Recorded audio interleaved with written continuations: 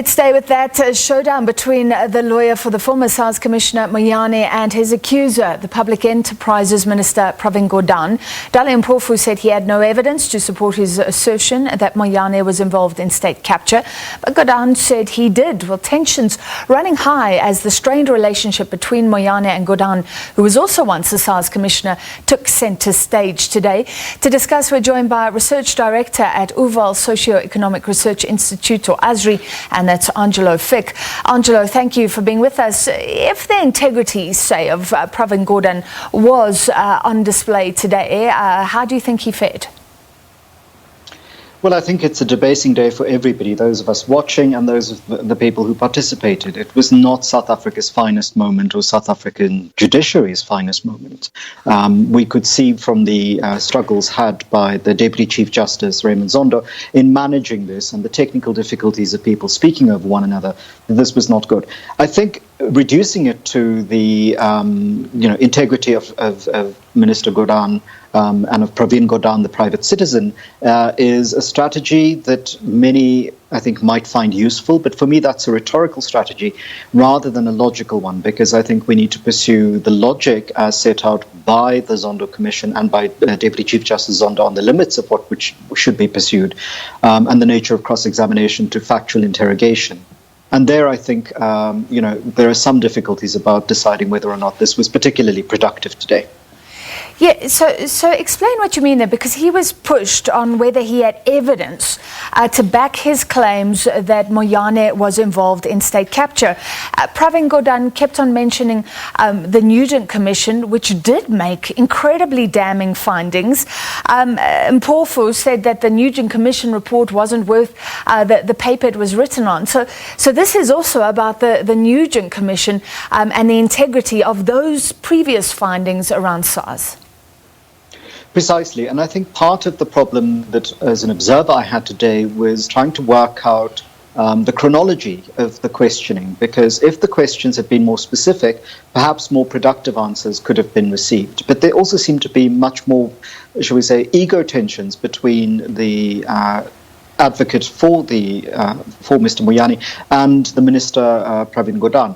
And that, I think, prevented us from pursuing more productive angles, because if the questions were more precise, asking about particular times and particular understandings, it could have saved us a lot of time, because then it would have been clear whether the questioning wanted to understand whether Minister Gordhan thought of Mr. Moyane as being implicated in state capture prior to the Nugent Commission's findings, or whether he now has this understanding and didn't believe that before, and the Nugent Commission informed his understanding. Yeah.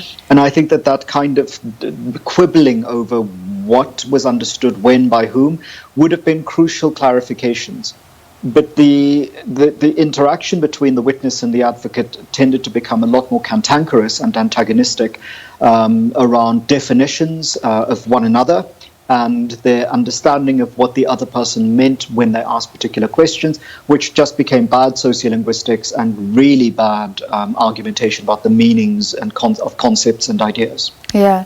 Moyane's legal team, Dali Mpofu, suggested a few times that Gordhan was arrogant and racist, in fact.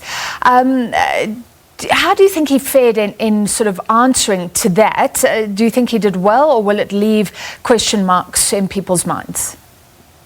So there again, I draw distinctions between the rhetorical consequence and the logical consequence. I think in terms of the rhetoric used, Mr. Advocate Mpofu clearly achieved the success of planting the seed in people's minds that there is evidence for racism. At a logical level, at the basis of evidence, it isn't clear that that necessarily would stand any kind of legal test. Firstly, one would have to ask, how does one in an official judicial process prove jealousy and or arrogance? In his evidence leading in asking the questions in the cross-examination around racism, his definitions of racism struck me as entirely devoid of any kind of scholarly framing. He even used popular cultural references referring to specific kinds of racism by the names of actors or corporations involved in incidents of public disputations about race and racism, and then said that his client, Mr. Moyane, had a specific definition of racism, which is called the Pravin Gordhan definition of racism. These are not, for me, useful ways of defining these things in a legal process. I would have imagined, given the importance of racism in South Africa, there would be either legislative or constitutional definitions, or there would be scholarly definitions of these things. Yeah. And my sense was that in abandoning that kind of logic in favor of the more interesting and, I think, damaging rhetorical definitions that he used, it may be seen as a success for Mr. Mpofu, but I don't think it's a success for South Africa more generally. Yeah. So I guess we could say Dali Mpofu was casting aspersions. That's what Pravin Gordhan said. And that's why he's in the dock in the first place, for casting aspersions on Tom Moyane. What do you think about Zondo's role? Did the Deputy Chief Justice sort of come in when he should have? I think that he managed the process as much as it could be managed between two people who seemed so, completely antagonistic towards one another. But we must not forget that this is really like observing a family spat, or really a family row. It's not even a spat, it's a row. That these people who have histories that go back 3 decades, that they've known one another for a very long time across a variety of organizations. And so all sorts of disputes over the decades will have come to bear. And so, while they both deny that there are interpersonal conflicts at work here, it is obvious to any dispassionate observer that there's so little dispassion brought to this legal process.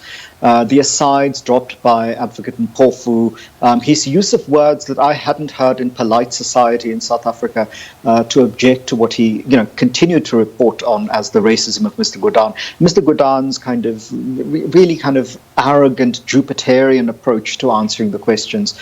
This was not a good moment. And I think this kind of masculinist posturing about being right and of rectitude and of ego does not serve a country like South Africa well, and certainly doesn't serve this administrative process meant to understand how we got to the point we are terribly well. Yeah, so in finality, you're saying we're all losers regardless what the Zondo Commission finds about this exchange. Yes, I think in this moment the losers are both of the participants, but they're also the larger public in South Africa, because at the end of this process we are no closer to a factual understanding of what had happened and what the roles of the people were, and there were simply accusations and counter-accusations with very little textually verifiable evidence. And the passing of sentences inside testimony that had been given already and inside statements, the meanings of words being traduced in particular ways, that was debasing. And I think one would fail that in first year, sort of semiotic analysis or sociolinguistics essay. And that's what I think was so disturbing about it, that the argumentation was not logical on either side, either in the answering of questions or in the asking of them. And my sympathy really was with the Deputy Chief Justice in having to control this process, but also with ordinary South Africans, and particularly, I think, with journalists like you, who will have to somehow, come up with a 90-second package summarizing meaningfully the events of today. Yeah, very difficult. Thank you very much. That was Director of Research at ASRI, Angelo Fick.